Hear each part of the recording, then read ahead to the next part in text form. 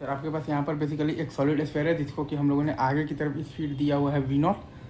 और anti clockwise sense में angular speed दिया हुआ है ω0 इक्वल टू 5 v0/r। और आपके पास सरफेस का coefficient of the basically frictional force दिया हुआ है बेसिकली म्यू, ठीक है। तो अब अगर आप बॉटम मोस्ट पॉइंट को ध्यान देंगे तो ग्राउंड के रिस्पेक्ट में फॉरवर्ड डायरेक्शन में मूव कर रहा है, मतलब कि फॉरवर्ड स्लिपिंग है तो काइनेटिक फ्रिक्शनल फोर्स आपका बेसिकली बैकवर्ड डायरेक्शन में लग रहा है to make v equal to ω, right. अगर आप बॉटम मोस्ट पॉइंट को ध्यान देंगे तो वो ग्राउंड के रिस्पेक्ट में फॉरवर्ड डायरेक्शन में मूव कर रहा है, मतलब कि फॉरवर्ड स्लिपिंग है तो काइनेटिक फ्रिक्शनल फोर्स आपका बेसिकली बैकवर्ड डायरेक्शन में लग रहा है to make v equal to ω। Again मैं फिर से बोल रहा हूँ, आप बॉटम मोस्ट पॉइंट को ध्यान देंगे तो ग्राउंड के रिस्पेक्ट में फॉरवर्ड डायरेक्शन में मूव कर रहा है, मतलब कि फॉरवर्ड स्लिपिंग है तो kinetic frictional force backward direction में लग रहा है टू मेक तो v इक्वल टू ω। तो काइनेटिक फ्रिक्शनल फोर्स जो है वो आपके पास बेसिकली पॉइंट P से पास कर रहा है, राइट। तो काइनेटिक फ्रिक्शनल फोर्स का टॉर्क जो है वो बेसिकली पॉइंट P के अबाउट 0 है, राइट।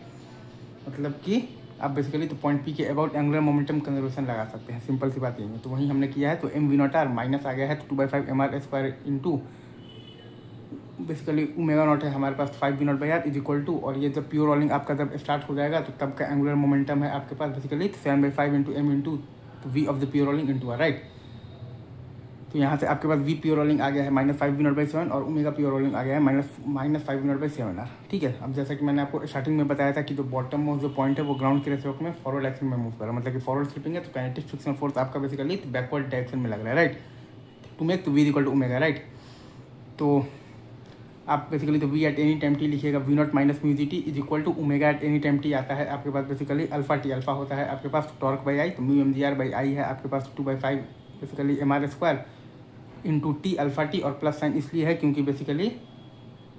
यहाँ पर जो काइनेटिक फ्रिक्शनल फोर्स है वो ω को पॉजिटिव डायरेक्शन में बढ़ा रहा है, और माइनस आपके पास है बेसिकली इनिशियल ω0 है बेसिकली 5 v0/r, राइट। तो यहाँ से आपके पास बेसिकली वो टाइम आ गया है जब आपका बेसिकली प्योर रोलिंग स्टार्ट होगा, वो टाइम का वैल्यू आया है तो 12 v0/7 म्यू जी, और v प्योर रोलिंग आया है -5 v0/7, और मतलब कि ω प्योर रोलिंग आया है -5 v0/7, राइट।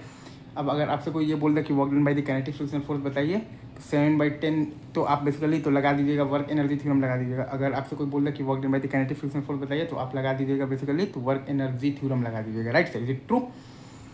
तो आपके पास क्या आ जाएगा 7/10 इंटू m इंटू तो v of the pure rolling का होल स्क्वायर, मतलब कि आ जाएगा आपके पास बेसिकली 25/49 इंटू v0², और माइनस आ जाएगा इनिशियल काइनेटिक एनर्जी है half m v0² plus half I है आपके पास 2/5 mr² इंटू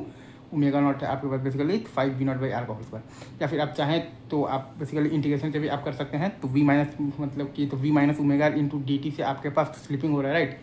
तो v माइनस ω इंटू dt से आपके पास स्लिपिंग हो रहा है, तो माइनस इंटीग्रल फ्रॉम 0 से लेकर कर तो 12 v0/7 mu g into v at any time t है v0 minus mu gt minus ω at any time t है -5 v0/r प्लस 5 म्यू mgr/2